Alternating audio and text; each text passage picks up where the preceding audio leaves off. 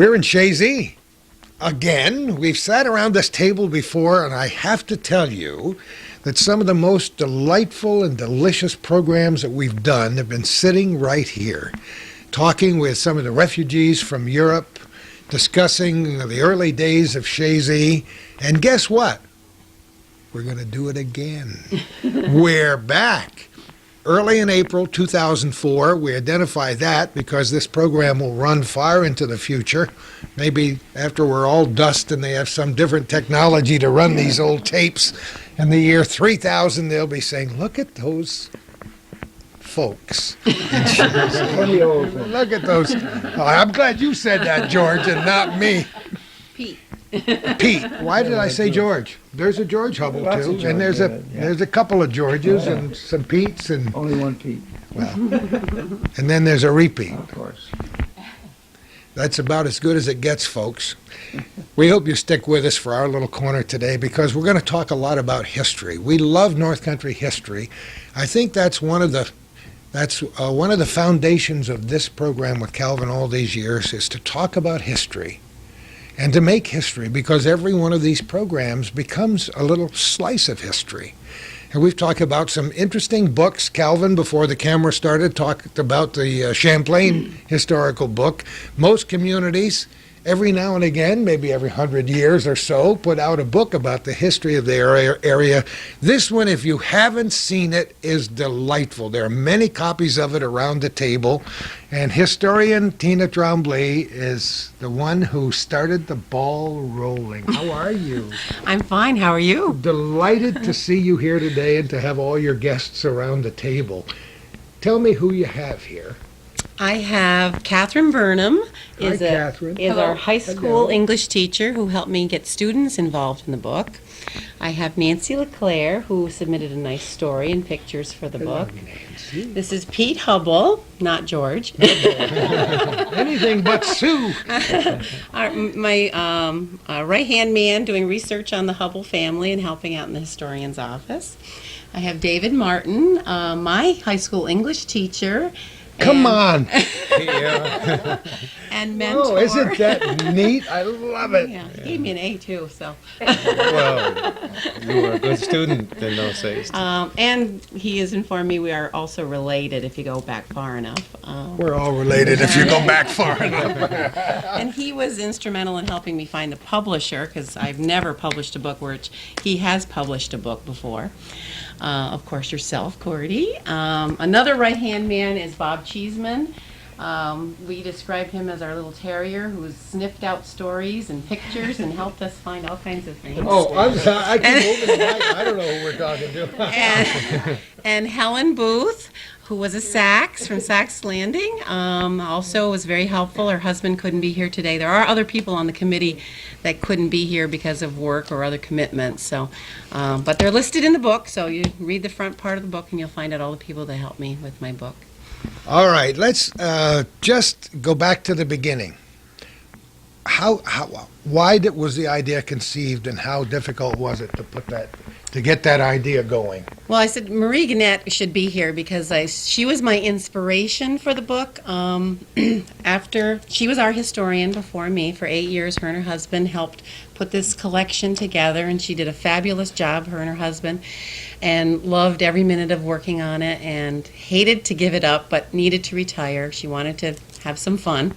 So she went searching for someone to take over. And approached me one day while I was walking, as a matter of fact. She stops the car and, Tina, would you be interested? And She's a good recruiter, I'll tell you. And I was like, well, I'm not old enough to be a historian. She goes, it doesn't matter. You just have to, I didn't know there was an age requirement. I said, you just have to love the people and care about your town, and I do both. So I considered it. I didn't do it for the pay because the pay is small, but I did it for. What do we do for pay in this? I did it for the love of my community, basically.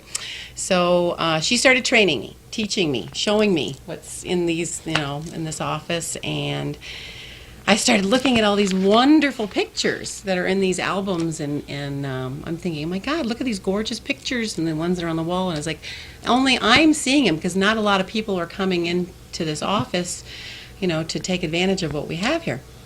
So I said, it's a shame that more people can't see these pictures. So then I thought, it'd be nice to try to put an album together or something. I was just thinking small scale. And then along with all the pictures, she starts telling me these fabulous stories about, growing up and the trouble she would get into, or, just different things she was doing. And then other people would approach me.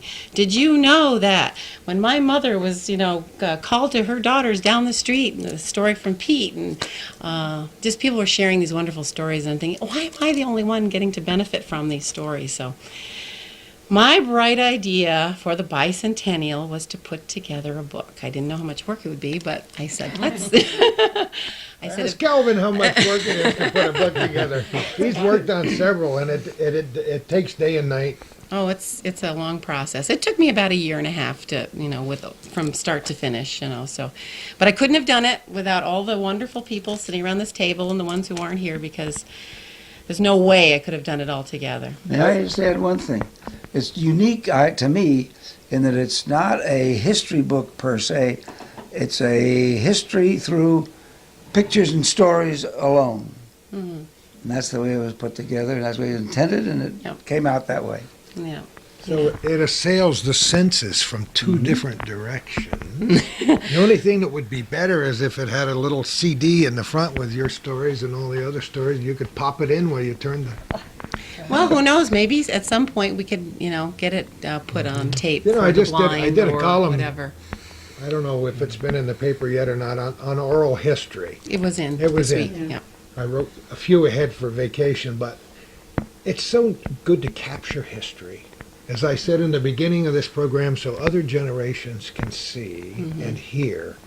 And I know it pleases me to be able to pop a cassette in and hear my father's voice, and he's been dead for many, many, many years. But to hear that big, strong voice, it's comforting. For people to look at these pictures, some people have made a very nice living by using photographs as the basis for television programs on public television, as you know, the history of baseball and the Civil War and on and on and on. And so Right. it's this kind of book that enhances our memories. And for some people who didn't know much about the history of Chazy, this is unlocking a whole new world. This is a little different than, like Pete said, it's not the history. David Martin tackled that project many years ago in our green volume that we have and we still have for sale. And him and Nell Sullivan did a fabulous job. So the history is written. And I didn't want to repeat history, in a sense. What I wanted... We all repeat history, whether we like it or not. And don't we? Helen is being kind enough to get a book so we can show David's published work. This is such a valuable resource for anyone doing research on genealogies or, the railroads or transportation or what, they covered it all. They did a wonderful job. Well, Tina, that is the history book of Chazy. What we tried to do this time was to do anecdotes and funny stories that you would tell your kids that would never have been written down anywhere. And some of them are really funny. One of the stories that I must tell you that tickled me, which is in the book, I don't like cleaning rugs very well. And if you read through the book, you will find that when they had the ferry going back and forth across the lake, Mr. Hill used to take the ladies' rugs and tow it behind the ferry, which was a sail ferry. Come back and You forth made that across- up, Helen. No, I didn't. It's in the history. It's actually Isn't that- documented here. Isn't But that was the way the beautiful? ladies had their rugs washed, was going back and forth, drawing behind the boat. I would think love that's to do incredible. that. I think I that thought would be you were going to tell us a story about, because my mother would, here we go, with my own stories, not from Chazy. But, drag these big, heavy rugs and hang them over the line and beat them. and give me that thing. What a great way to get rid of that childhood aggression. Just pound on it. Oh, And I would much rather have my mother hitting the rug than kidding me.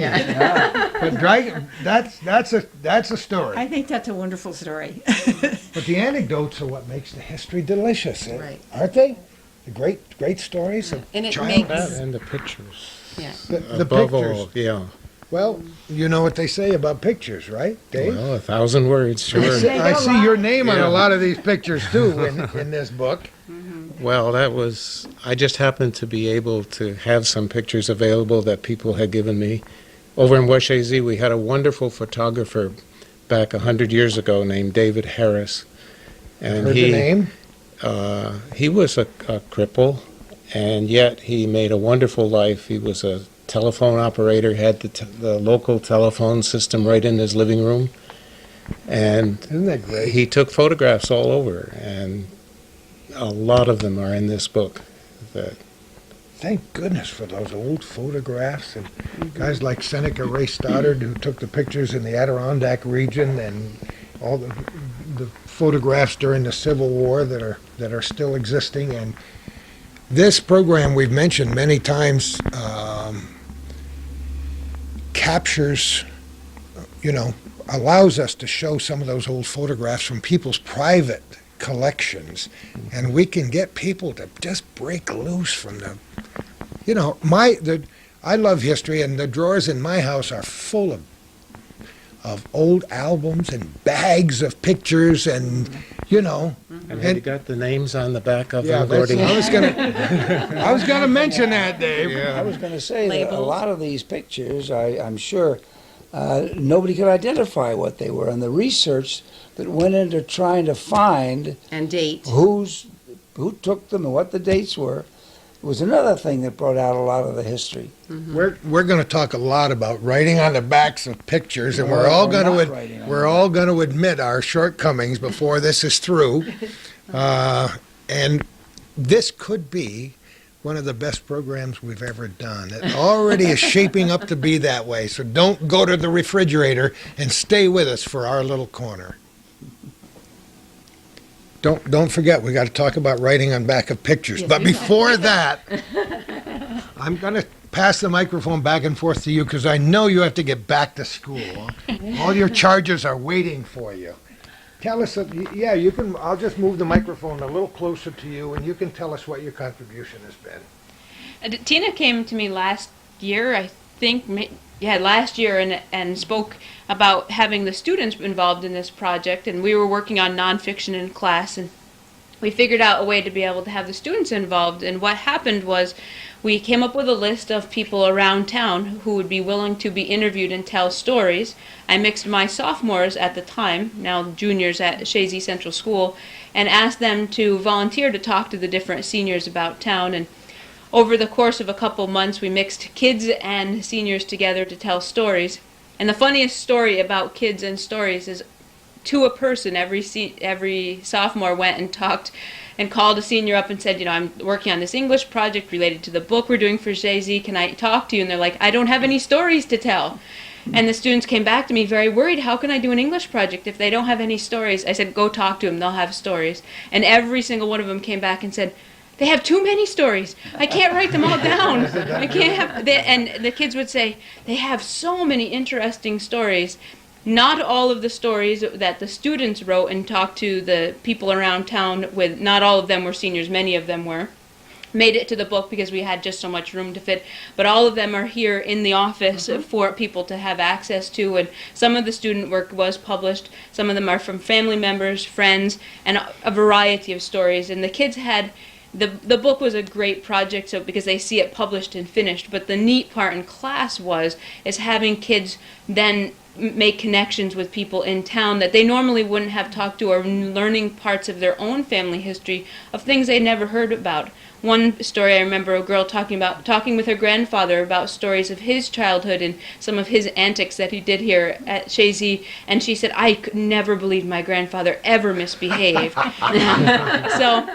And of course he never did anything really awful. It was just mischievous things involving the pond and after hours and school and things. So we had a lot of fun afterward talking, and many of the students also audio taped the interviews for the writing process. Wonderful. And some of those audio tapes would be neat, as you mentioned, to be able to hear those stories. Only some my. of them got written down versus some of them to hear. So it was a really neat project, and I know many students who opted not to participate at the time. Now that the book's out and they see it and they're like, "Can we do that? Can we do that? Can we have a sequel to the book?" Because I could talk to people about stories. So it worked out very, very well, and it was a perfect example for the English classroom of how English isn't just for the classroom, and yet reading and writing and listening and speaking really have real life purposes, and they had a great time doing it on top of it all. So it was a wonderful experience for the students. In fact, some of them asked me if they could get out of school this morning to be part of it. I said, no, you have to go to school. I'll speak for you. I still need their autographs, though. Oh, that's true. Are you originally from this area? No, actually, I grew up down near Albany. And I grew up in a small rural town of Galway, West Of Galway. course. So that's my hometown. But I'm a transplant up here for college. And then I fell in love with the Adirondacks and hiking and kayaking, and I've stayed. So And you get a special appreciation for a community when you finish a project like this. oh, it's been wonderful to meet all sorts of people. I mean, Mr. Martin is my predecessor, several times removed, but I saw his name in school, and I never actually knew Mr. Martin, and we have a scholarship in school in his honor for English, and so it was neat for me to see the town that I work in and the history, and I teach in the Shakespeare room, so I have the ideal room in the entire building from that time, and looking at the pictures and putting it all together. And the book is in school, and the students absolutely love looking through it and going, I know where that is, and trying to figure out where the old building is in terms of in the community versus where their house is today and how things have changed. So not being a true Chazy native, it's really helped me learn part of the history of the town that I've now adopted as my second home. So, And I'm sure you've learned a lot about the old Chazy school, too. oh goodness, yes. Wouldn't you love to have taught there? Oh, I would have loved to at least seen it, and they tore it down You could have lived the in year Grey Gables and gone through the tunnels every day to work. Well, I was lucky enough to have done that, to both teach in the old school and to live in Grey Gables. It's nice So, when you can span history like that, isn't it? Yes, it is. To live long enough to do several different generations of things. And I second Catherine's idea. It's wonderful for me too, Catherine, to be working with you.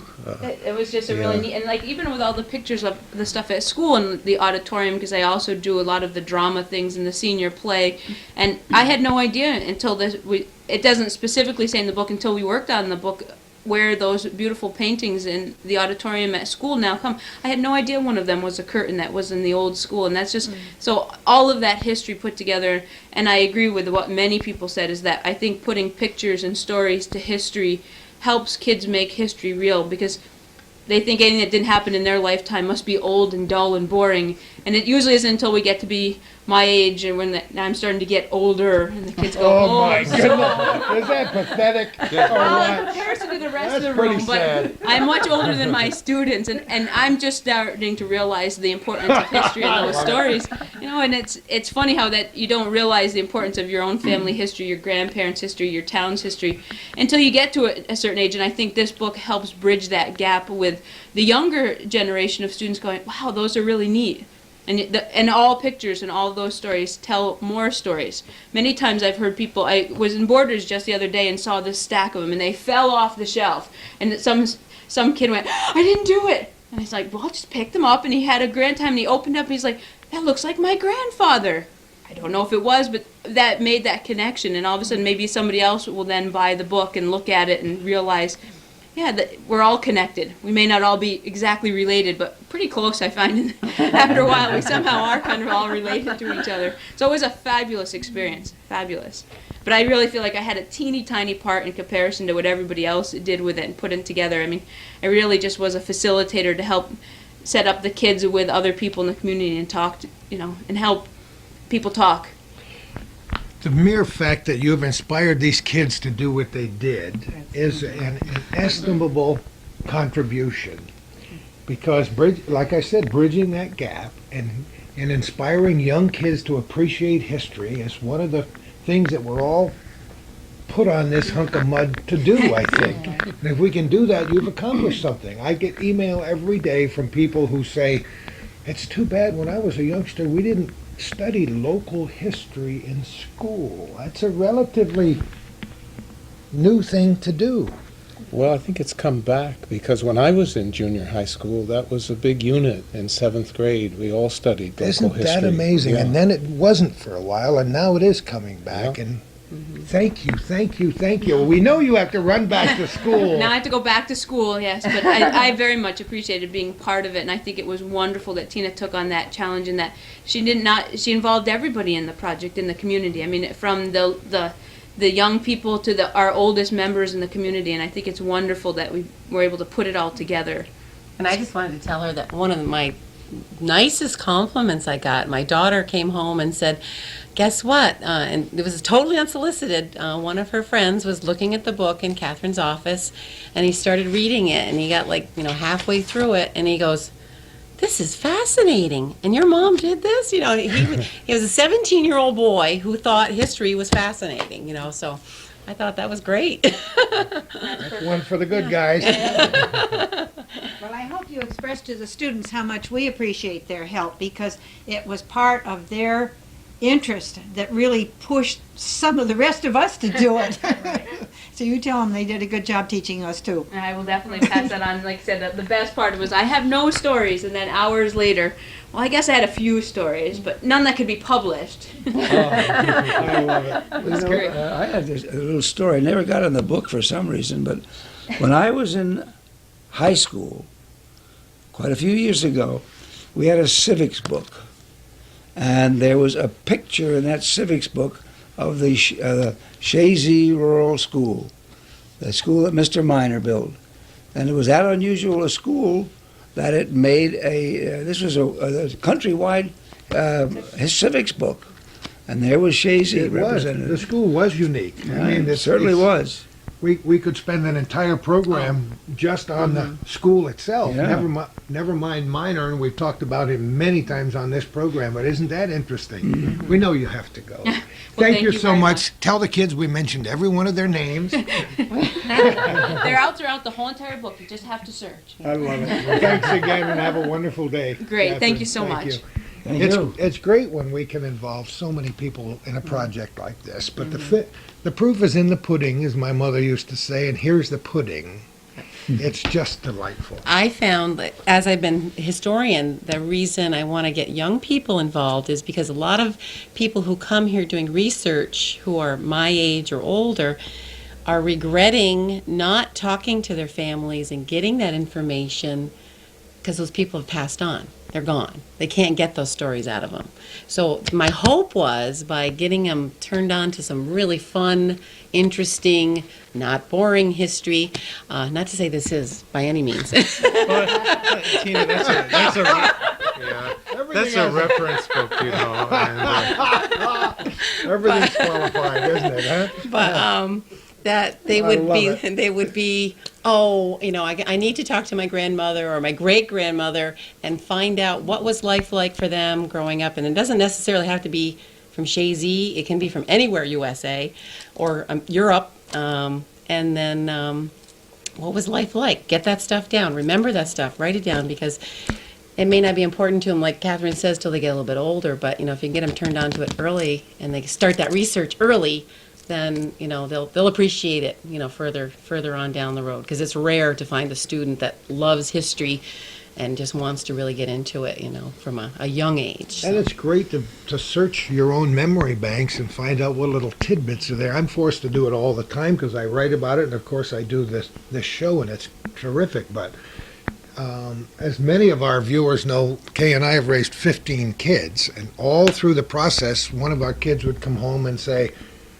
a teacher wants to know what it was like when you were a little boy, or in my wife's case, when you were a little girl. And so we'd spend a whole evening and write down what things were like when we were younger, and they'd take it to school and realize you didn't have electricity. Yeah.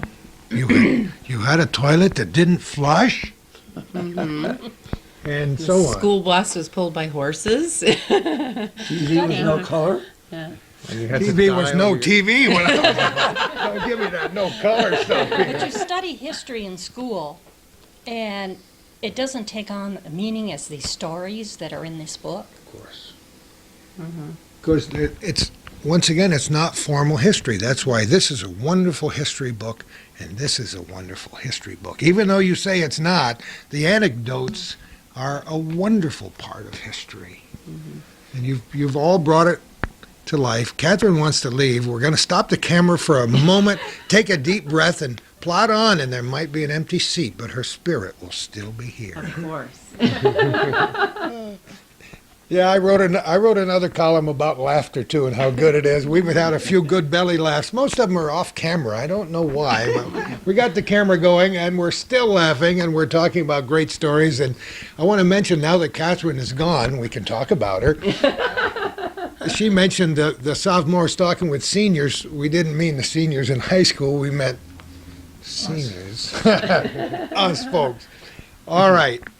And before we go on, I just want to mention that I've just finished a book written about West Chazy and Beekmantown, and it's called Sugar on Snow by Jane Lawless Murphy, who is an entertainer. She's a published poet. She's written a lot of children's music. She lives on Long Island, but she grew up around Rand Hill and knew all the same people that I know and went to school in the same places and church in the same places that we're familiar with. And the way she put the words together in this book is just a dream. It's 200 pages long. You can read it in one sitting if you're a voracious reader like we are. And it's just, it makes you feel good. And you laugh. And my wife is not happy with me because she says, now I don't have to read the book. You've read the whole thing to me every time you come up with something. I make her look up from her crossword puzzle to listen to it. So anyway, Helen, you were going to say something about this book, including various aspects of the town. Of the whole township. And I thought that Bob would talk about that because he did so much of the digging on that. It wasn't just the little village of Chazy. It encompasses the entire area around Chazy. And I think some of these stories, as Tina and I were talking about, people have sent in from all over the place. And in fact, my husband interviewed a couple of elderly people, and he's got some wonderful stories in here, particularly about coming to school by train from Cooperville to go to Chazy School, and the kinds of things that he did. And it was Mr. Moore's, who just recently died, and his stories are wonderful. And I'm sorry we didn't have more of his stories because he lived here and commuted back and forth. Actually studied in the train station because he'd have to wait for the train when the snow was so bad. He'd have to wait, and so he actually the train master would have a room for him, and he would do his homework in the train station, which I thought was a unique story. Oh, those are great. You, Bob, you were good friends with the late Andy Spear, and of course we knew his mommy very well for years and years and years, and I've sat around tables like this with her doing interviews so many times in the past. And Andy, of course, it's sad when people die so young, but we've had him right at this table. We've captured him on film, and he grew up not too far from here. Just up the road. Just up the road a piece. His father was my doctor when I came to Chazy, and he was in the same class that I started here. I came to Chazy in second grade, and we got to be friends, so I spent an awful lot of time up in his house and around the back, in the backwoods, doing all sorts of fun things that 8 and 9-year-olds do. And after his father bought him a humongous train set, I loved that. You became very good friends. Oh, very after good that, friends, yes. And I even managed to talk my mother into making sure Santa Claus brought me one, but it wasn't as big, but it was a lot of fun. And I have to say, it wouldn't be fair if I got through this program without saying that his mother made the best kielbasa. That's Josie, yes. Josie, of You course. didn't give her name. She was just a mother, but she was Josie Spear. She was Josie Spear, and if she's up there somewhere, she's shaking her finger saying, if there are people watching this program who don't remember Josie Spear and the RSVP Kitchen Band, then they haven't been around as long as we have. What a wonderful lady and what a lot of fun. All right. let's talk about the various elements of Chazy. Well, there's stories that come from Scioto, the Lake Shore, West Chazy, Ingraham, and I was in Walmart one day, happened to run into Morris Roberts, and I said, "Hey, Morris," because we were in 4th grade together.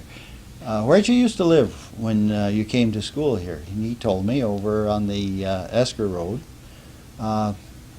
At that time, it was a farm. All there is the house left where Sam Fairchild lives now. And I said, well, you must have some stories. I explained to him about the book, what we were trying to do. Oh, he says, I don't have any stories. So we started talking, and he was waiting for his wife. Well, we stood there for about 20 minutes, and he started coming up with all these things. So I said, well, when can we get together? He says, come on over next Tuesday afternoon. He says, I'll be home. So I took my tape recorder and went over there, and I got an hour and a half on tape of nonstop talking, and it was just one story right after another, and all these glorious little things that he used to do, like jumping off the barn roof with a umbrella to try to parachute. Of course. And oh yeah, and setting fire in the Broken barn. arms. Yeah.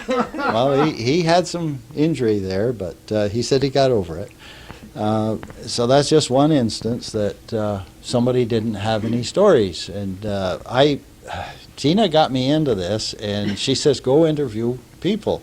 Well, it scared the living daylights out of me because I said, I've never done anything like that before. I wouldn't be good at it. Well, I tried, and it was fun, and it turned out quite well. All you got to do is get the faucet turned on. And it just runs and runs and runs. Is it? I'm sure you find that. I found that when I write a column, like I did another one on practical jokes, and I said to my wife, did we ever pull any practical jokes? And she gives me this, oh, here we go again. And I did hundreds of pages of research about the history of practical jokes and never used anything because I unlocked my mind and remembered all the devious things that we did as kids on each other and teachers, and oh my goodness. So You make Dave mad, say that. and then Teachers are used to that. In Oh, fact, we kind my. of like it. I think the worst thing you could have would be a totally obedient class. You want some devilishness there. I said to somebody this morning before I came here, normal people are no fun at all. You got to have little quirks, little idiosyncrasies. So you've included a lot of the history, and if people who read this book then read that other book called Sugar on Snow, it's all her own childhood anecdotes about growing up. And it's funny because I heard about the book just a few days after Calvin and I had done a story with Addie Shields, a history, a Beekman town, and we talked about the District 13 school, the little school that this gal attended. The schools are a big part of it. The little one-room and two-room schoolhouses. That's a story Right. Nancy had. Yes. Really? Yes. All right, we're ready, Nance. I The went microphone is yours. what they called Hayes Schoolhouse, and it's still there. It's off 348, and it's on Hayes Road. And we had fun. I remember they used to take in for lunch occasionally. They'd have my mother make goulash. I don't know if you would call it goulash, but it was macaroni and cheese and Hamburg. And my sister and one of the other older girls would go back home at lunchtime, and they would bring it back in a cart, wheel it to the school, and that was our lunch. Here's a picture of the school that we got. And Nancy's in that picture. Oh, no. Yes. Which one, Nance? Let me see. This one's squatted down. That'll change the bed. And that's my older sister and another one of my sisters, Diana and Eddie. How old were you in this picture? Oh, I was probably in about second grade. So 1984 or so. Probably, yeah. My father was a trustee there at times, and because different parents would take over and be in charge. and they'd have government surplus, and that's how come they got the cheese for the macaroni and cheese. And then they had prunes, and Mrs. Hayes would make cook the prunes, and they'd bring that, and that was. But I didn't care for the prunes. But they had. Everybody else was regular but you. Yes, right. And we had the wood stove in there, and of course, no bathroom inside. It was outside. They had a girls' bathroom and a boys' bathroom. And everybody at the end of the year had to help clean up. And when we transferred to Chazy, we moved to Chazy, Miss DeSalle, she lived down on 348. And we'd walk to her house, and she'd drive us over to Hayes School to finish out the school year. And it was a long walk, but we managed to do it. Nowadays, I think the children wouldn't think of walking that far, because we were small then. Because I started school in Chazy in the 4th grade. My father went to Hayes School, and he went to school with Eveline Brothers. She went to that school too. And my mother went to the school here in Chazy, so I had the advantage of going to both. So I had a good history. Nancy, so did to you speak. have Art Harvey as a teacher there? No, Because it was when after he was I- after, because when I started teaching in Chazy, Art was teaching math there in 7th grade and 8th grade, but he taught in the Hay School before. Uh-huh. Yeah, it was after. Everything, as she's talking, the lights are going on and the springs are loosening up in my head saying, these are Good stories. These are all stories that I remember, things that are absolutely true and things the way it was, and I've told them many, many times because there wasn't even running water in our school, and without repeating things I've said before, it was my job to go out and get the pail of water at the pump in the front, and of course I'd have to test the theory of centrifugal force by swinging that pail of water around at least 200 times before I got it in. And we'd stop for a little game of 1-0 cat on the way, so the pail of water that came in very often had, let us say, some foreign substances like pieces of grass and a little bit of dirt. One thing I think about this book and working on it was so much fun because I came in here to the office and found old photographs of places. I grew up summers in Chazy because both my parents came from Chazy. And there's a picture in the book that I did find that somebody brought in of Suckertown. Now people, Which on it's the, this one on all this right. side. Kelvin can capture that as you talk about it. But it was my father had stories of Suckertown, and as I grew up, there was only one building left there, and I couldn't believe when I saw this picture of Suckertown that it actually was a bigger area, a bigger settlement. There were just a few pieces of foundations and one house standing there. So what I'm impressed about, and the fun of looking through this book, is, as Nancy was saying, going back and looking at some of these pictures and identifying where they were. And that's what Catherine said. She had, as a newcomer to Chazy, with the students working and going through the pictures, she's now identifying. Well, my own daughter went through within the last month, and I had to tell her where these pictures were because she has spent plenty of time here, but she's another generation down, and she doesn't remember anything about some of these other places. So I think these pictures in this particular book now will tell my next generation and even my grandchild places that will no longer exist, and they'll know at least that much more with the pictures. It's been so valuable because I can say that's there. Is the location of Suckertown described in there? Yes. I must confess, I've been around here for 44 years or so, and I never heard of Suckertown until right now, a moment ago. Well, Where did it get its name? Do you know? because there was fishing and there were suckers in there, and they had they would catch all the fish and sell them from there, but suckers were the fish that they were catching there. And it's spelled 2 or 3 different ways in different books. But my father used to tell about going up and catching the fish and then putting them back.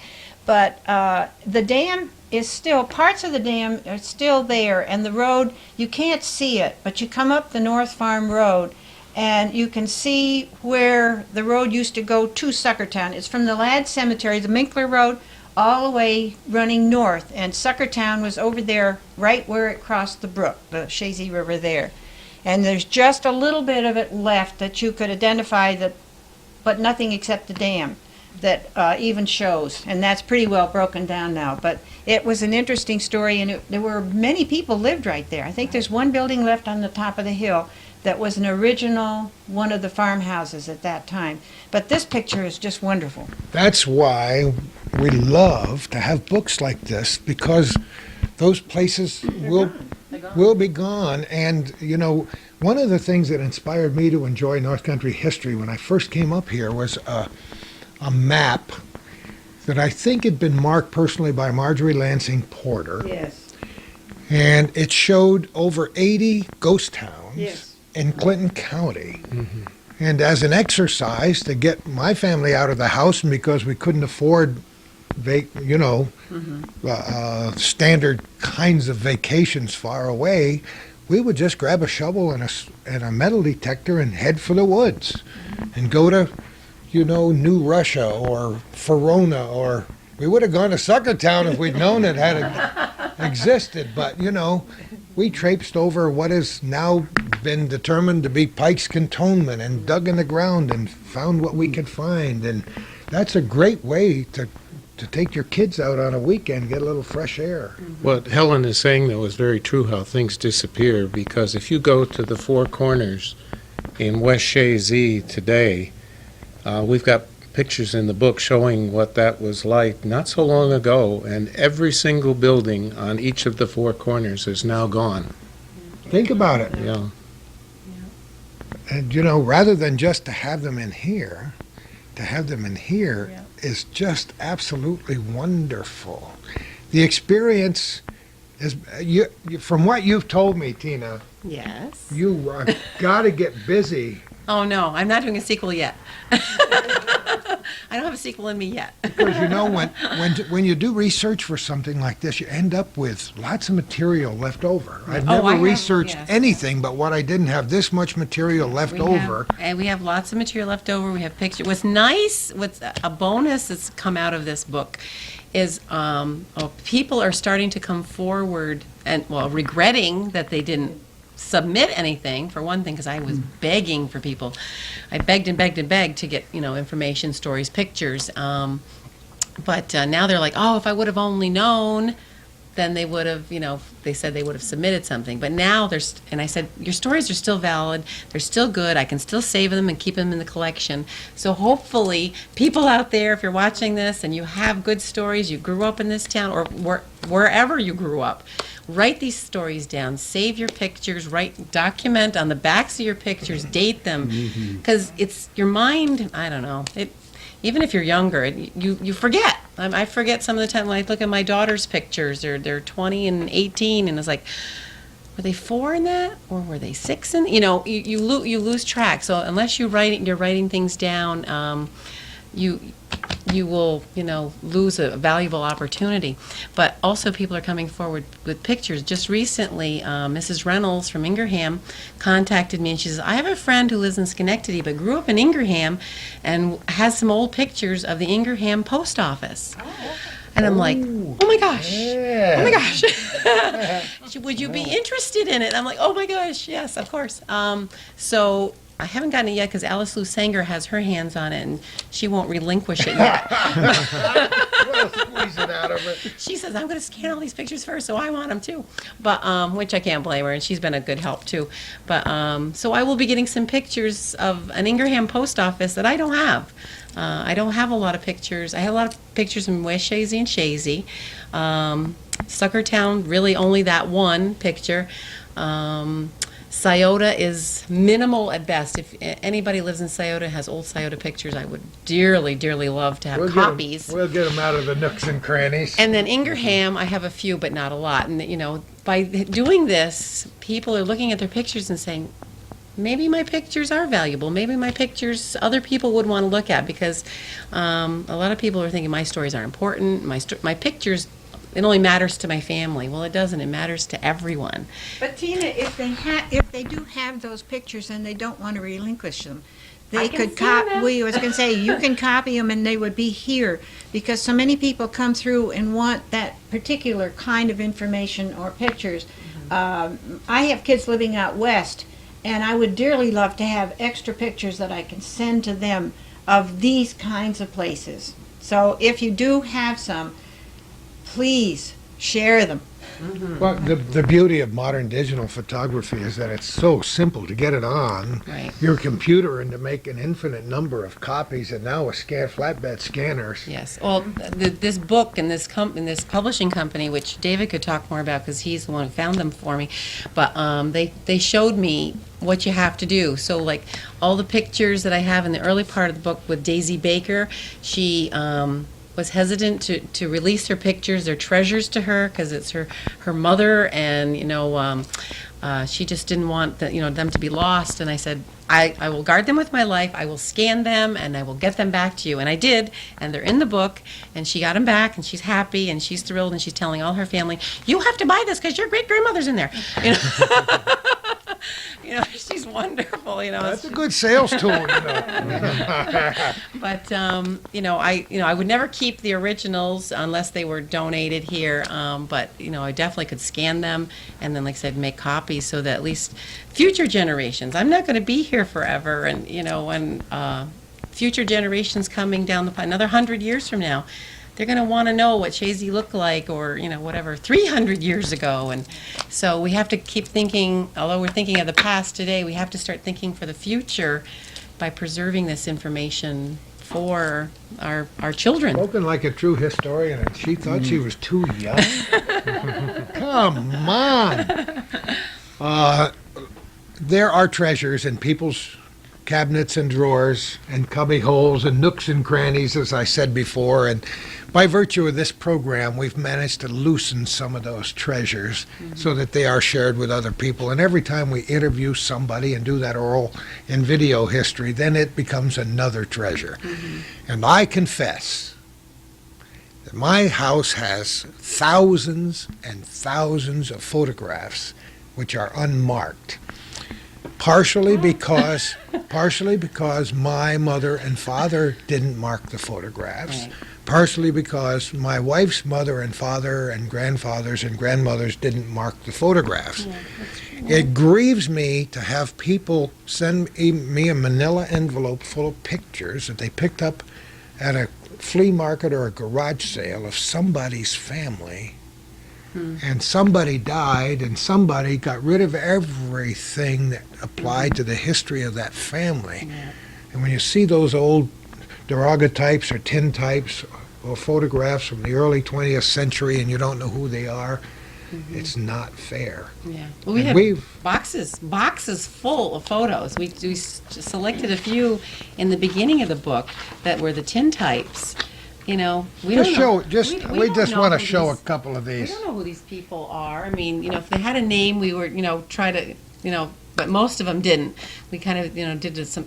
They could, very well not be from Chazy. We don't know, but the hope is They that were here, so we they were here. tried So we're assuming there was some connection to Chazy. And but another interesting thing, this lady Muriel Oakley from Beatmantown gave me a call, and she was looking through the book, and she's glancing through it, and she goes, "Oh my gosh, that's my mother." She's an older lady, and she was thrilled to see her Isn't that- mother I in love it. it. Isn't that I was like, beautiful? "Which page? Which page? Tell me which page." So she told me, and I wrote down her mother's name. It was unlabeled because we didn't know who the people were in that particular picture, and it turned out Somebody it was was her born mother. and brought up here, they will be touched personally by something in this book, by a photograph of a person or a place that they will recognize. We've done it so many times on this program. We've done, I can't tell you how many shows involving photographs. And invariably, somebody will call Calvin or send me an email. that was my grandmother's house. Why didn't you say that was my grandmother's house? Oh, yeah. Well, of Hey, course, good now we know. had no clue. Let's Yeah. talk about the publisher. Go ahead. I was just going to say about labeling pictures. Pete was so valuable because we had a picture in my collection with a Louis Tremblay and a bunch of kids in an old car. And I said, Pete, you've been around a little while, not too many years.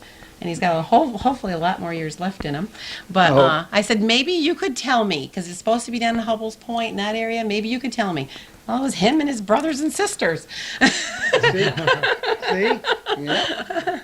Oh, yeah. See if I can find that picture. But that was great, because it was just like, oh, goodness.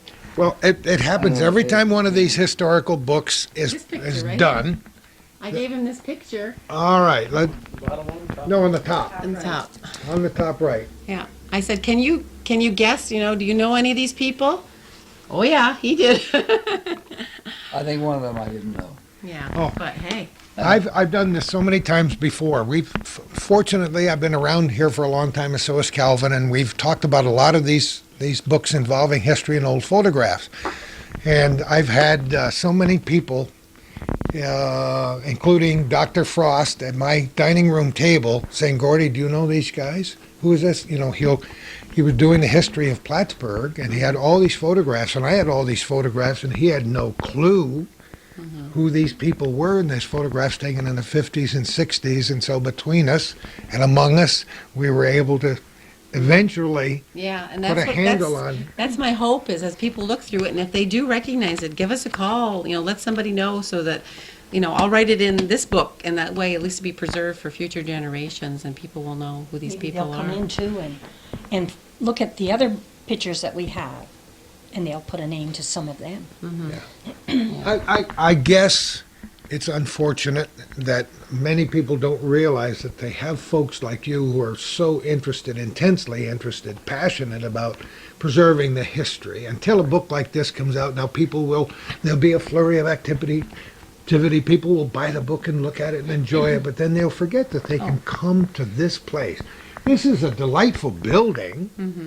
Yeah, It was a Methodist church. It was Methodist a Methodist church here in Chazy. Has been a landmark here. Some of the great buildings around here for a long time. One of the stories that David did on the McQuinneys, we have their wedding photo, and they're exiting this church on their wedding Oh, day. come on! In the book. Yes. in the book. Yeah. In the book. We sit in here, and when I first came in here, I didn't know the history. So Marie was kind enough to tell us the history, and I looked at the stained glass windows, and it takes a while for me, but it dawned on me that this might have been an edifice at one time. That's neat. You got a good shot? Wedding picture. Oh, you found it? Yep. Boy, that's right there. that's what teamwork is all about. Did you know where it was, or did you just look through the book that fast? I guessed. That's amazing. Oh, now I have to look at it. Oh my The book goodness, is all look at put that. together in different year sections, 10 years at a time, and that would have to be towards the later end of it. This is their getaway car. Look at that. A Jeep? Yeah, it's one of the Chazy Orchard's command cars they used to You use. gotta be kidding They me. fixed it up so they could take off in it. Oh my goodness. Broken down. Calvin and I I hate to interject all my own stories here, but you asked me to come here, so we're going to. No. Well, as long as you're writing them down.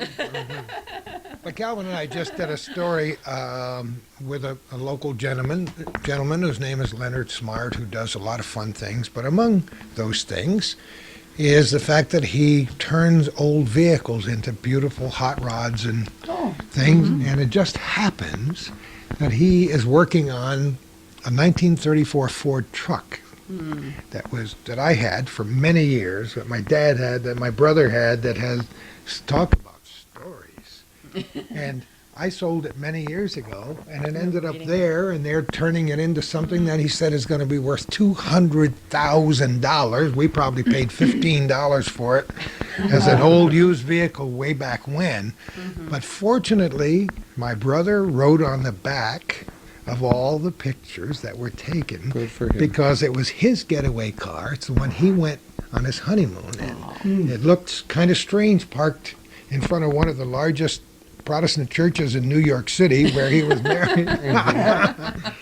And he even said, and he mentioned his wife, who was a former Mary Dan, in the car, and we talked about it in my column, and I Yeah, got I email remember from reading people named Dan saying, I wonder if they're related. And my uncle's sister or somebody married a guy whose name was Will Requa, and she didn't know that my middle name is Requa, and that was my mother's maiden name. And I said, wait a minute, I want to hear more about this. Everything's connected with everything else. Speak about connections. How did you get hooked up with a publisher? Well, I think I have to give the credit to my daughter. My younger daughter knows my interest in history, and I was born and brought up in Lansingburg outside of Troy.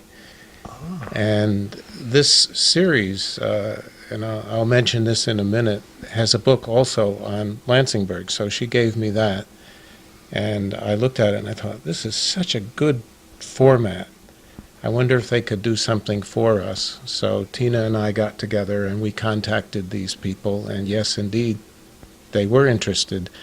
And as a sidelight, I'm just back from England, where I was last week, and I was at Ely to go to a concert in the cathedral, and our older daughter had gone to boarding school in Ely many years ago, and we went in a bookstore there, and lo and behold, they have the same company does, instead of images of America, they do images of England, but they look just like this.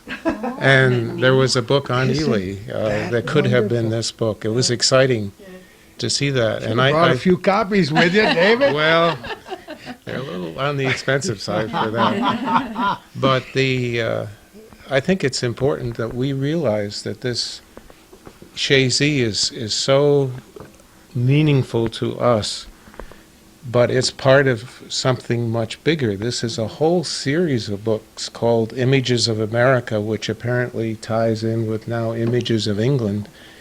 And if you put all these together, what a remarkable social history this is for our whole country and more than our country. That's very interesting. I had no idea, of course, so I'm getting an education. I do every time I pass this microphone around. But I had no idea that it was part of a series. No, I didn't either until they just told us. I think that's wonderful. So we can use these books, and when you see them now somewhere, you'll know you're a part of, as he says, a bigger story. Right. Exactly. Isn't so So you can do like Images of America Schenectady, or there might be Images of America Troy, or Images of America, different areas. And also, this came out so well that the same daughter who introduced it to me is the business manager of Troy Music Hall, which is a very important building. It's supposed to have the best acoustics in the world of any auditorium. no kidding. And it has a long history, and they are now celebrating an anniversary. So my daughter inspired us. Now this book has inspired her, and they've approached the company, and they're going to do an Images of America on just Troy Music Hall. I think they ought to send you a monthly check. Well, what's interesting, though, is that they don't usually do buildings. They've only done one other building, but now they're going to do this in Troy. So the circle goes around, and this is expanding all the time. Isn't it amazing how things hopscotch all over the place? But I've said before, and I'll say it again, everything is connected. Oh, yeah. The fun is finding those connections.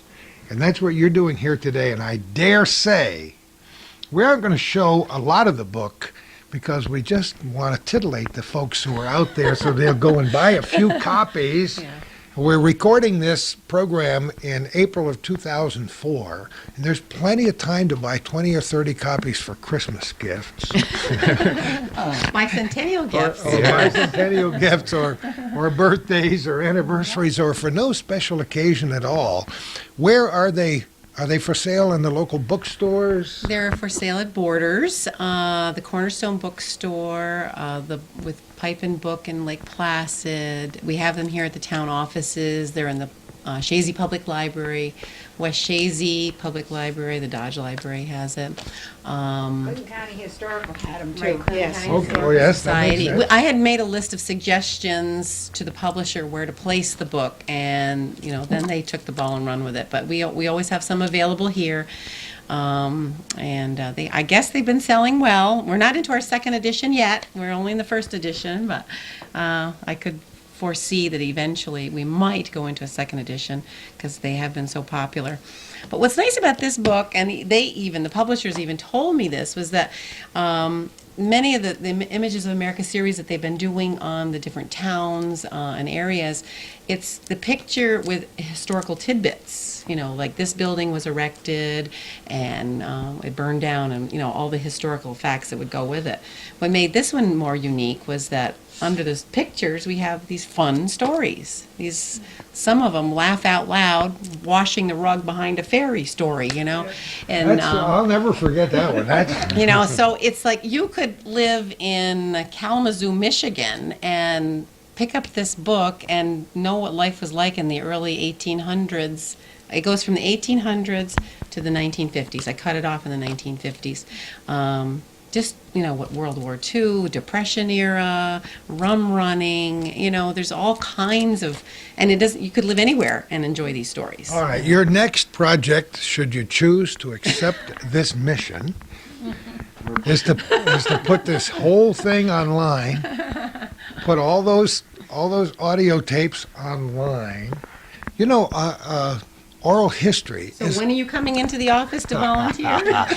oral history is a big deal, and if you just type oral history into your Google or Yahoo search engine or whatever, you will find that there are wonderful grants and projects all over the world on oral history, and then many times, no matter what you want to listen to, old sea chanties, spirituals, whatever you want to listen to, they're captured there.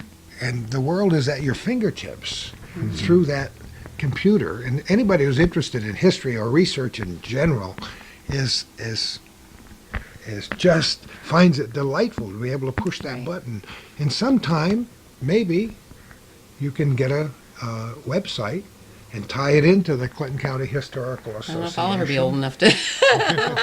That's why you enlist the services of some computer genius who's a junior or senior at Plattsburgh State and get several people involved, and you do it so other people can share it outside this area. And you've made some good points, all of you, that this kind of anecdotal history has universal appeal. And so It's fun. people in South Dakota who were to discover this book and the rest of the series might spend the rest of their lifetimes reading every one of these books just to catch up to date. Yeah. Because, like you telling your stories about that Hayes School unlocked my own memories, and I find them delicious, even though I wouldn't know that school from any other. Right, So, right. who remembers more anecdotes from this book that we can include?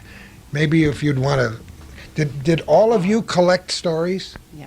Everybody collected stories? Pete Are there- hasn't told a story. Wait. Yeah, Calvin said, you may not want to show pictures, but this is television, and we do want a few pictures from the book. What I meant was we don't want to show every page in the book. We just want to give people an incentive. But since each one of these photographs is connected with something, a story or something, let's start right over here with you, ferry. and let's... I have a picture of the ferry that dragged the rugs. Oh, I come think, on. no, yes, it is. That's Franklin Hills Ferry. Franklin Hills, Hills Ferry at Chazy Landing. Oh. Sax's Landing, it was called at the time. Oh, isn't that delightful? Okay, that's the picture of Yeah, the of the ferry. actual. Let me see it down out of the Calvin's. Oh my That's goodness! Mr. Hill's Ferry. And this was the first sail ferry. People don't know what sail ferries were, and that's what they were. Well, the stories of the sail ferry actually were kind of interesting because they never always came into the bay in the same spot. Sometimes it would be on the north side of the bay or sometimes on the south side of the bay, depending on how the wind blew. So So they people had, have to run down to where the ferry was. That's interesting. I never thought of that. How about you, Robert? Well, this is part of my time, and it shows the sale barns and the people in the cattle sale down here of H.L. Neverett's. As a kid, I used to go over there quite a bit, and on sale day, and they always used to have a little concession stand there, and I'd get involved in helping in that concession stand, and getting to watch all the animals go through, get weighed and sold, and it was quite an exciting time. I was probably about 8 or 9 years old at the time, and that was on a Thursday when they had the sales at that time, and it would take up my afternoon, and I'd stay out of trouble when I was over there working. Or That in itself was worth the whole. that's right. The fact is that was such a big part of the history of this area. Yes. That, The- for how many years? Oh, it's still going on. But do we know when it started? No, I don't, because it's.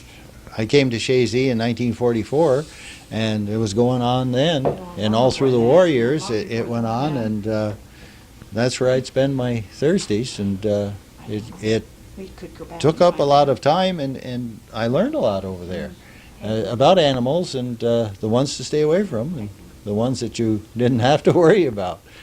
And met a lot of men at the time. Most of them are gone now, but they were kind to young fellows like myself, because there was 2 or 3 of us over there. My brother Just used having- to join them quite often. Yeah. Really? Yeah, Skip. So we always had a good time over there, and they seemed to enjoy having us over there. So it worked out well. That's great. Some of my fondest memories of my dad taking me to auctions of all kinds, and just the thrill of being at an auction and people bidding on things, just great. Your turn, David. Well, I'll tell you, there's so many stories in here. It's hard to pick Where one. do we begin? Yeah, I'm impressed with the number of buildings in Chazy that have been moved from one spot to another. Ah. And there's some on that in here. And a lot of these pictures, if you look at them, the people are having a good time. They're joking around, they're making popcorn, they're playing hide and seek. I think life looks happy at that time. But I guess if I have to pick one, it's this fellow here. Now, when I came to teach in the Chazy School, one of the big things was the swimming pools. In the old school, we had a boys' swimming pool and a girls' swimming pool. Boys' door and a girls' door. There was a big division there. Yeah. And in the girls' pool, there was a wonderful statue made in bronze by John Ray, who lived in Beekmantown, where the Beekmantown Central School is now. And he's a wonderful sculptor, and his story has yet to be told. I hope someday people will realize what a wonderful sculptor he was. But he did a female statue for the girls' pool and a male statue for the boys' pool. And just by accident, just before this book came out, a fellow in Malone by the name of Irving Kaplan approached me because it was his father who was the model for the statue. And Oh, come on. this is the picture of He stayed up all night because he wanted to have the best story. You gotta be kidding me. oh well that was Isn't that wonderful? so exciting. And he's given us a picture of his father and told us how John Ray saw his father working out in the Plattsburgh Y and felt that he had a nice physique and approached him to model for this picture. So we got that story. But now there's a thread. Great, I love it. Nobody knows who the female statue, the original model for the female, was. We've had people tell us who they think it might be, but every time Bob had a hint. You had a hint? I had a hint. Stanley Niles' wife Oh, was my a possibility.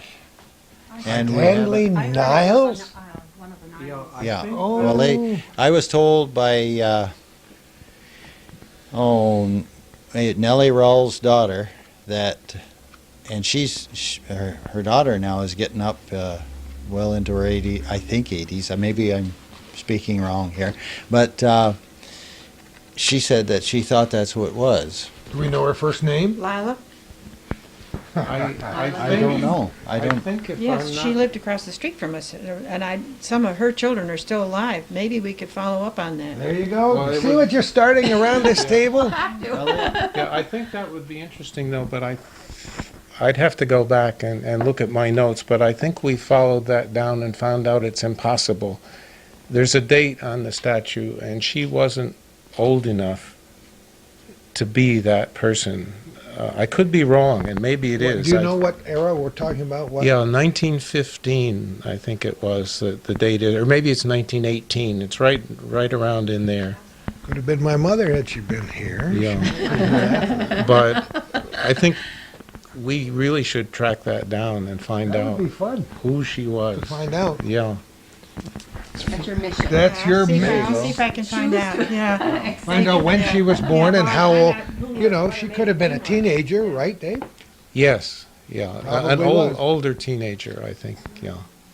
Oh, that's and we hope that somebody watching this program might have something to add. Information. Another clue, another That- little tidbit of information. Yeah. Then we'd have both identifications. That would and be nice. Wouldn't that that- would feel good. Yeah. Those are great. Be nice for stories. the school to have. Now you Yeah. have me on the horns of a dilemma with the rug behind the ferry and the I don't know. I'm so confused. Which story is best? All right, next. All right, my favorite story, I mean, I love all the stories, but it has to be a personal one. So it's the story my sister wrote about my mother.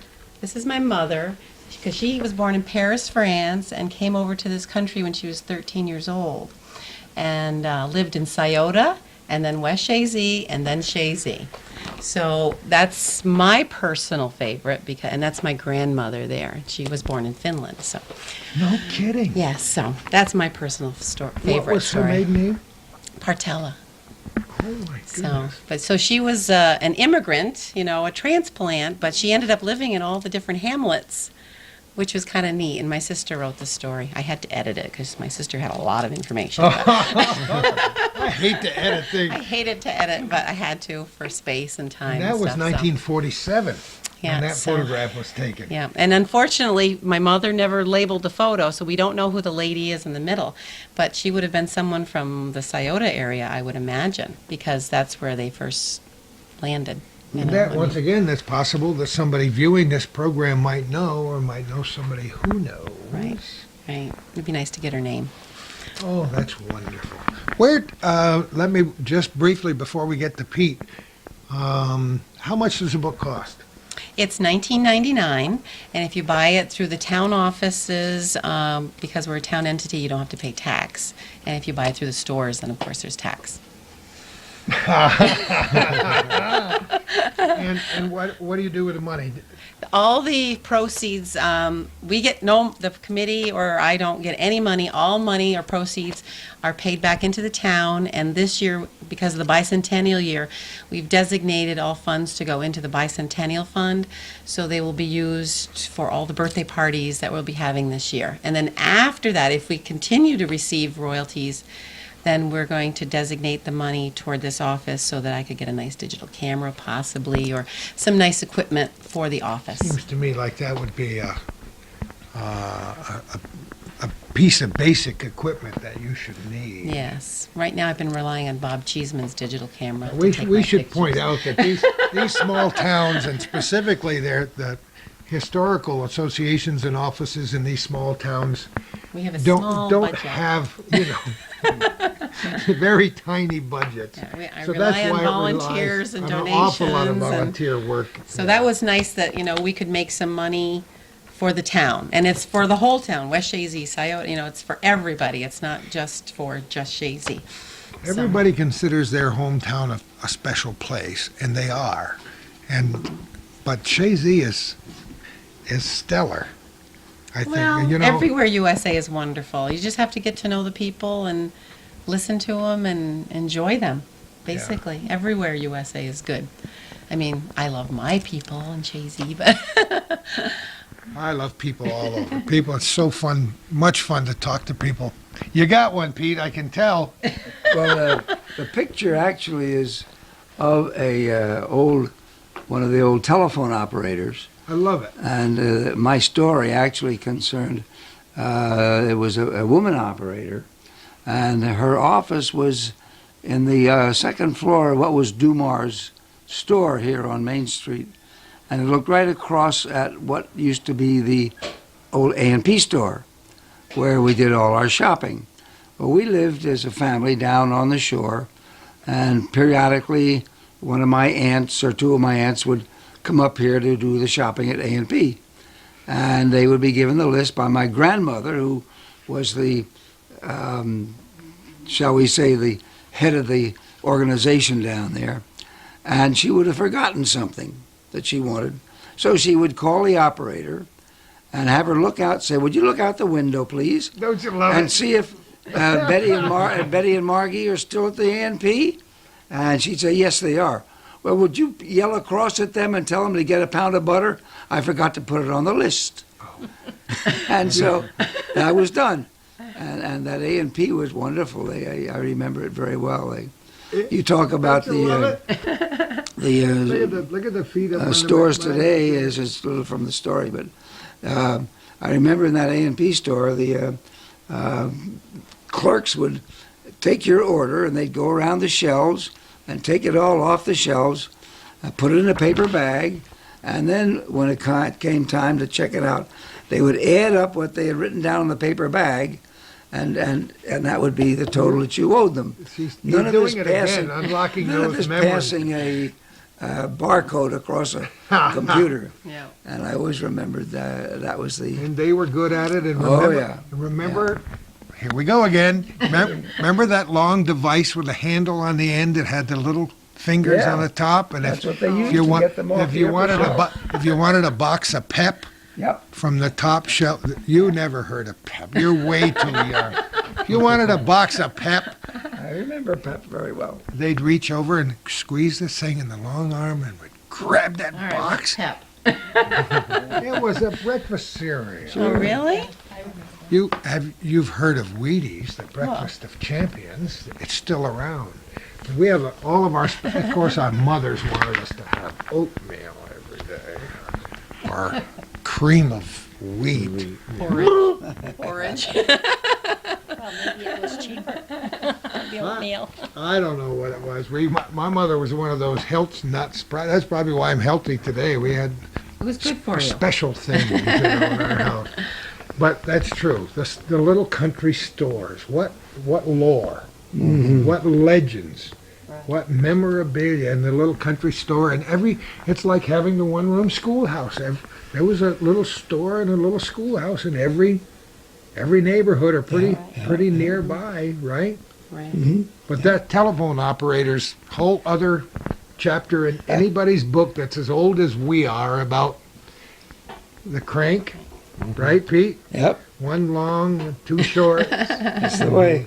and party lines Oh, were prevalent before private lines. I mean, it was a long time before private lines, and you I remember right. party lines. remember all of our conversations are on the party line. But I remember we had 14, and of course that was the gossip. That was the CNN of the day. Yeah. That's right. You heard it ring, and no matter how scrupulous you were in your morals, and what a law-abiding citizen you were, you couldn't fail to pick up the phone and see who was doing what on a given day. the big gossip. And you'd hear and sometimes, if you were really bold and you heard two of your friends talking about something and you knew something that you thought would be a good contribution, you'd jump right in and say, "Hey, you forgot to mention Joe because he was there when this happened too." And you'd get 3 people and 4 people and 5 people. And then you'd get little kids breathing and making funny sounds. And in this book, and I hate to keep mentioning somebody else's book when we're talking about this one by Jane Lawless Murphy, she talks about a nasty thing she did as a small girl. She was mad at somebody who was on the telephone, so she just let the whole phone hang down and started the vacuum cleaner.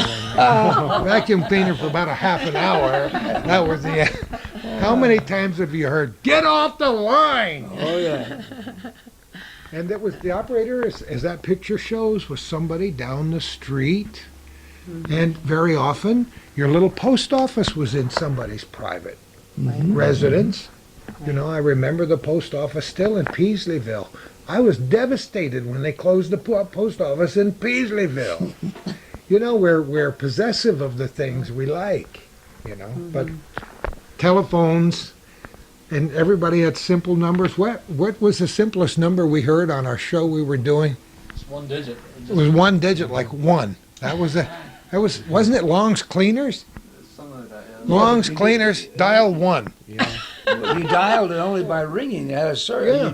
ring one. Ring one. Or I remember our number was two shorts and a long. Yeah. Yeah, my father-in-law's law office, the number was 6. Isn't that? Yeah. I don't think anybody was 911 in those days, but yeah, two longs, two shorts. So one ring was the operator. How would right? you ring a 6, though? You tell the operator. Oh, tell She the would say, operators. number Get a hold of please, and Cent- you would say 6. Well, that was even Simple. that updated the old ringing when Yeah. you rang it yourself. Yeah, and Calvin says they called him Central, even though her name was Maud and she lived right next door to you. And they were supposed to be the font of information for the community. Sure. You'd call up and you'd say, "What's the temperature?" And she'd look to see what her thermometer said, or it was common to say, "What time is it?" Because, you know, you maybe had 1 o'clock and somebody forgot to wind it and you didn't know. A lot of people didn't wear didn't wear wristwatches. Right. So you'd ask what time it is, what's the temperature is, or like you said, who's that standing in your yard anyway? Was he there this morning? And information. Information, please. Oh boy, oh boy. I'm finding this delightful. I hope the audience is loving this program as much as I am. What little tidbit have you got? Well, here's a house from Scioto, and it's an article on there about the bootlegging and how the cars broke down and they'd have to go back and fix them, and they'd hide them behind somebody's house and things. So I thought maybe Scioto should be mentioned in here too as part Well, you of always have to Chazy. mention Scioto, Ironia, and Altony. Yeah, along with Tri-City area. West Chazy and everything else, and there was an awful lot of bootlegging around here. Border, That being so close to the border, bootlegging, of course, has been a favorite topic of conversation on this program and in private conversations, because some of the most upstanding citizens of the time could not resist a few extra bucks to hide that big Packard in the hay barn. Well, actually, Right. my son-in-law, his uncle was part of that. Really? Right.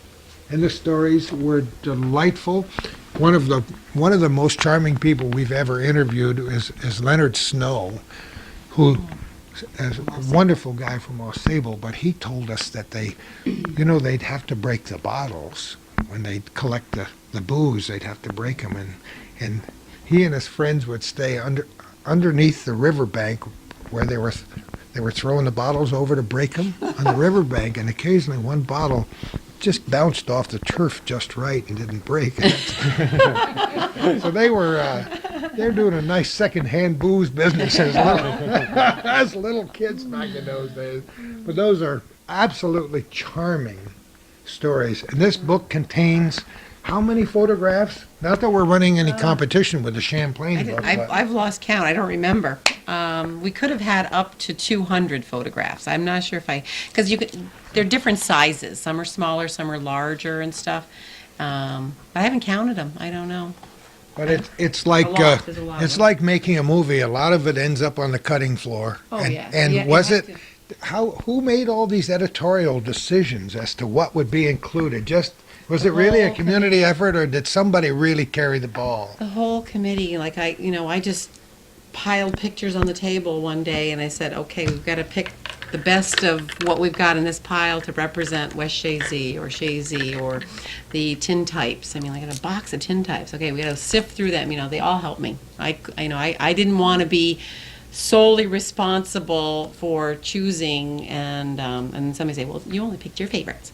I wanted to make sure that it was a community effort and everybody chose, and we tried to represent every single hamlet, every single area of the town, because it's our hope with this project and with the bicentennial that we pull all our hamlets together and they start to feel as one, because a lot of times it's like, well, Chazy's there, West Chazy's there, and they're not really part of the same town. But we are. We're all part of the same town. We were chartered in March of 1804, recognized by the state legislature, which David was kind enough to get a copy for us, and we're going to have it framed for the town hall.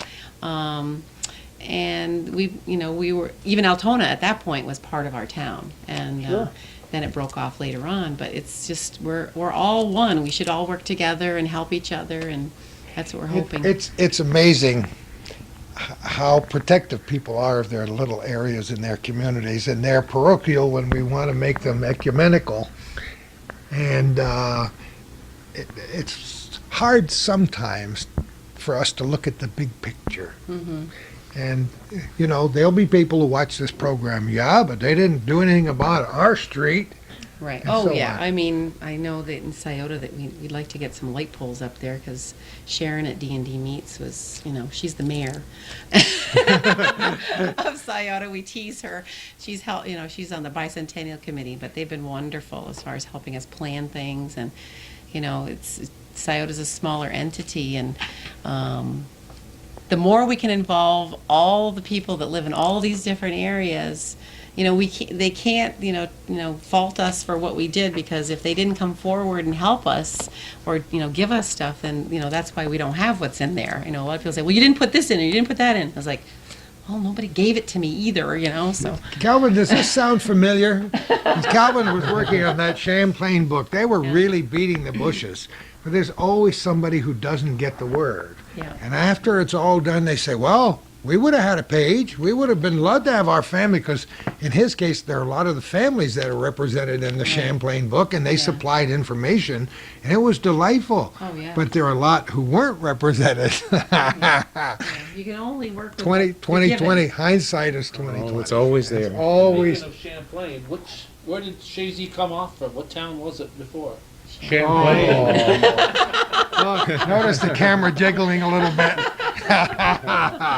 He always has to. He always has to get that in there. Well, we were all one big nation, family, whatever, when we first started. There wasn't any, entities, separations or whatever. Every area has a particular place in history. Chazy and all the villages and towns and hamlets in our area were involved in some major parts of American history. And the migration from Canada, and the migration of the Irish to come and build our canal systems, and the French from one side and the folks from Scotland from the other side. We are a true melting pot here. And people arrived from the early days, and then for different reasons as time went on. And then the famous Battle of Plattsburgh and the War of 1812, and the Hubble family in Chazy, very much involved, right? Back in those days, and some of the most delightful stories have written in the paper, like, I heard they're going to do that battle down there on Cumberland Bay. What do you say we take the horses down and watch that? People packed a picnic lunch and took the buggy from Chazy to watch the Battle of Plattsburgh. And something else we haven't mentioned here, and I don't know if they ever did any public hangings in Chazy, but they did in various places in Clinton, Essex, and Franklin counties, and we've done a little research into that. And people would get tickets and go and watch the hanging. Can you imagine a more macabre way to spend a day? Was to, but they did public hangings. That was how you That was a deterrent, supposedly. Right. And they did several of them here in We this actually area. have a story in the book where one man was threatened to be hung if he didn't return the pocket watch that he stole from Daisy Baker's stories. Oh, come on. Are you kidding me? No, this gentleman had stole the pocket watch off of the porch, and they discovered the watch was gone, and they, had noticed this gentleman wandering through, and the farmers came back for lunch, I think it is. I have to, reread the story, but they said, we think that gentleman took it. So they got on their horses and they took off after him, and they caught up to him, and he said, no, I never took it. I never took it. And when they threatened to hang him, he finally turned it over. They didn't hang him, but They told him to get moving and never come back, and they never saw him again. One thing. Yeah, the tar and feathers mean anything to you? I don't know whether it's covered in David, you may have in your book, but where does the name Chazy come from, and how far back does that go? That's at least 300 years old, isn't it? Oh, yes, it's, We had the Captain de Chazy? bicentennial quite a few years ago. yes, we did. And that's another mystery. We know that it was a French officer who was killed Yes. here in the 1660s, and his uncle was the Governor General of Canada, and for his nephew, he named the rivers here, the rivers Chazy, and they were such an important landmark that as people went up and down the lake, they'd say, oh, the river's Chazy, and then the town took that name. So it's originally a French name. Mrs. Sullivan, our former town historian, would like to say Chazy. Have And you ever listened to the way people who aren't from here pronounce it? yes, and the interesting thing is that we have, and it's in this book, when this fellow was killed, his property was inventoried in Quebec province in Canada. We know a lot about him. We know the clothes he wore, but we don't know his name.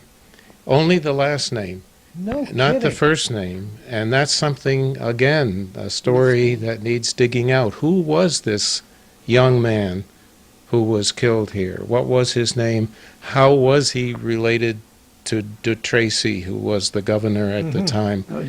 Don't we know his rank? Wasn't he a captain? Well, we believe he was either a captain, but then I've seen him called a lieutenant. He was a young officer, probably a captain, on a hunting trip, and the Indians ambushed him and killed him. And where he came from in France, I mean, this is a whole story that needs work, some really good scholarly work to identify this fellow. It's fun to begin projects like that. And unfortunately, I always have about 30 of them going at the same time to the point where sometimes I forget to eat and drink. Very rarely forget to eat. It's delightful to open doors. We close one door and open another door, and you've opened a lot of doors, and I'm sure many people watching this program, that we've started the wheels turning. Yeah. And always I find after we do a TV show or write a column or get a book done like this, that stuff comes rolling in. People say, well, you didn't talk about it. You should have talked about it. And people send me emails, and they're delightful. But, of course, once you've done it, like you said, you don't think you're going to be doing a sequel. Not anytime soon. But some of the information will be available here. Oh, yes, I've saved everything. It's here, So definitely. if somebody wants to get involved in some aspect of the research in the future, all of us would be interested in putting that story to bed. About who this guy was and learning more. I want to, we have a few empty chairs here. I want to thank the people who were here and the people who are here. Thank you so much for your contribution to this book and to this program. Hasn't it been fun? Yes. Yeah. I love Do you it. see why I did it? Now I see why you did it. And these are labors of love. Nobody got rich off this. Nobody will get rich off this unless some philanthropist is watching and sends you a donation for $100,000. It's Well, when they make the movie, you see. when they then maybe we'll do a sequel, right? Yeah. Oh, Dear, great. Gone with the Wind. Yeah. Tina, thank you so much. Thank all of you for being here today. Thank you for watching this program. If we've inspired you in some way, Don't hide your light under a bushel. Let us know who you are, where you are, and what topics you'd like to have us cover in future programs. And sure, if you'd like to make a donation not only to this historical group, but to Hometown Cable to keep this program on the air, we'd love to have your underwriting listed at the beginning and end of our program, too. And who knows where we're going to be next time for our little corner.